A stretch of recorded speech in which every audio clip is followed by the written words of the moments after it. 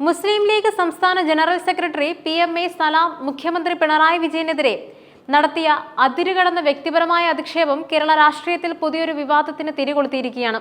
മലപ്പുറം വാഴക്കാട് പഞ്ചായത്ത് മുസ്ലിം league സമ്മേളനത്തിൽ വെച്ചായിരുന്നു മുഖ്യമന്ത്രിയെ ആണും പെണ്ണും കെട്ടവനാണെന്ന് വിശേഷിപ്പിച്ചുകൊണ്ടുള്ള അദ്ദേഹത്തിന്റെ പ്രസ്താവന.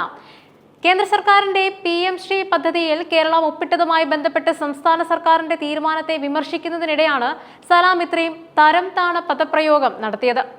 ഈ വിഷയത്തെ രാഷ്ട്രീയ പാർട്ടികൾ എങ്ങനെ സമീപിക്കുന്നു, ഈ പരാമർശം മുസ്ലിം ലീഗിന്റെയും UDFന്റെയും രാഷ്ട്രീയ ഭാവിയെ എങ്ങനെ ബാധിക്കും, കൂടാതെ സമാനമായ വിവാദങ്ങളുടെ പശ്ചാത്തലം എന്തെന്നും വിശദമായി അറിയേണ്ടിയിരിക്കുന്നു.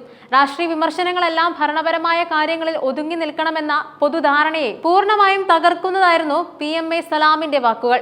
ഹൈന്ദവ തത്വങ്ങൾക്കും വികലമായ വീക്ഷണങ്ങൾക്കും പ്രാധാന്യം നൽകുന്ന വിദ്യാഭ്യാസം കേരളത്തിലേക്ക് കൊണ്ടുവരാനുള്ള PM ശ്രീ പദ്ധതിയിൽ മുഖ്യമന്ത്രി ഒപ്പിട്ടതിനെയാണ് അദ്ദേഹം അതിരൂക്ഷമായി വിമർശിച്ചത്.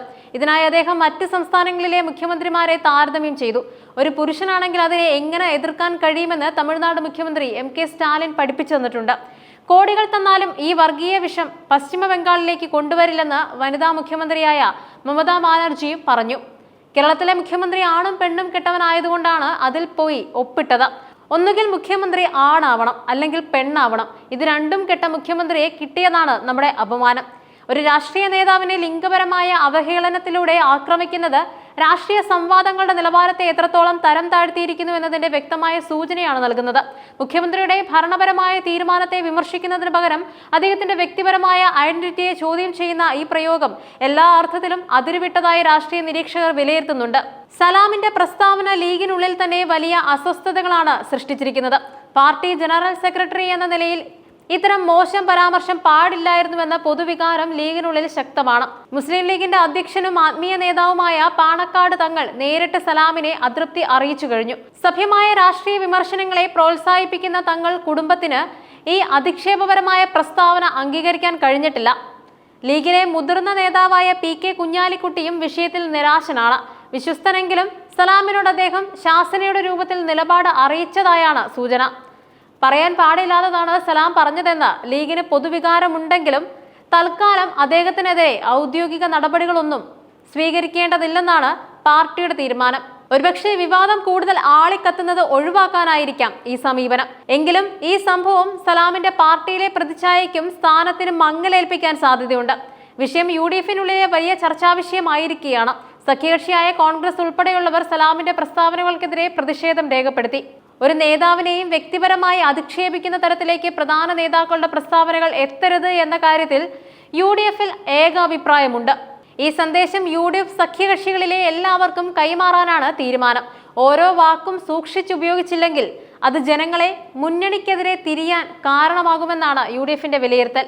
പൊതുസമൂഹത്തിൽ നിലവാരം കുറഞ്ഞ പ്രസ്താവനകൾ ഉണ്ടാക്കുന്ന ദോഷഫലം UDF നേതൃത്വം തിരിച്ചറിയുന്നുണ്ട്.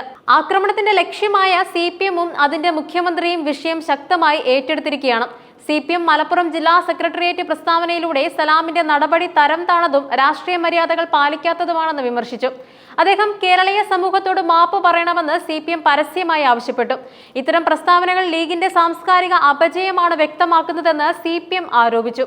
രാഷ്ട്രീയ വിമർശനങ്ങൾക്ക് അവസരം ലഭിക്കാതെ വരുമ്പോൾ മോശം പരാമർശങ്ങളിലൂടെ അപകീർത്തിപ്പെടുത്താമെന്നത് വ്യാമോഹമാണെന്നും അവർ കൂട്ടിച്ചേർക്കുകയുണ്ടായി. സലാമിന്റെ പരാമർശത്തിനെതിരെ ലോക്കൽ കേന്ദ്രങ്ങളിൽ CPIM പ്രതിഷേധ പരിപാടികൾ സംഘടിപ്പിക്കാൻ തീരുമാനിച്ചിട്ടുണ്ട്. ഈ വിവാദം രാഷ്ട്രീയമായി ഉപയോഗിച്ച് ലീഗിനെ പ്രതിരോധത്തിലാക്കാനാണ് CPM ശ്രമിക്കുന്നത്. PMA സലാം വിവാദ പരാമർശങ്ങൾ നടത്തുന്നത് ഇതാദ്യമായിട്ടല്ല. നേരത്തെ സ്ത്രീ പുരുഷ സമത്വത്തെക്കുറിച്ചുള്ള അദ്ദേഹത്തിന്റെ നിലപാടുകൾ വലിയ കോലാഹലമുണ്ടാക്കിയിരുന്നു. സ്ത്രീയും പുരുഷനും തുല്യരല്ലെന്നും തുല്യരാണെന്ന വാദം ലോകം അംഗീകരിച്ചിട്ടില്ലെന്നും സലാം മുമ്പ് പറഞ്ഞിരുന്നു. സ്ത്രീയും പുരുഷനും എല്ലാ നിലയ്ക്കും തുല്യമാണെന്ന് പറയാൻ പറ്റുമോ എന്നും അത് കയ്യടി കിട്ടാനുള്ള വാദമാണെന്നും അദ്ദേഹം ചോദിച്ചു.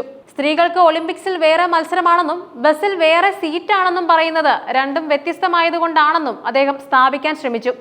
ഈ മുൻകാല പ്രസ്താവനകൾ സലാം പാലിക്കുന്ന യാഥാസ്ഥിതിക നിലപാടുകളുടെ സൂചന നൽകുന്നുണ്ട്.